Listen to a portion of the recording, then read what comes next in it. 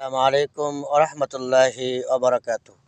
Hello বন্ধুরা, আমরা আছি অনুপমপুর ও ইসলামপুরের মাঝামাঝি বিশাল একটা মাঠ।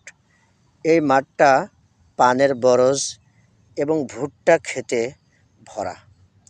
একদিন এমন ছিল, এই মাঠে কোনো আবাদ ঘাটি ঠিকমতো হতো না, কোনো ফসলই এই মাঠ থেকে কৃষকরা তুলতে পারেনি। কিন্তু আল্লাহ রাব্বুল আলামিন, এখন ডিজিটাল যুগ, মানুষজন জানছে যে কোন মাটিতে কী ধরনের ফসল তৈরি হয়। ইনশাল্লাহ এই মাঠটা এখন অত্যাধিক ভুট্টার কারণে মানুষজন খুবই লাভবান হচ্ছে, কৃষক লাভবান হচ্ছে। আর আপনারা তো জানেন ভুট্টা কত সুন্দর উপাদেয় একটা খাবার। ভুট্টার দ্বারা কত সুন্দর সুন্দর খাবার তৈরি হয়।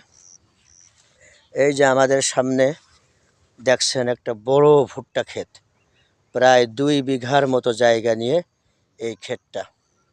মাশাল্লাহ,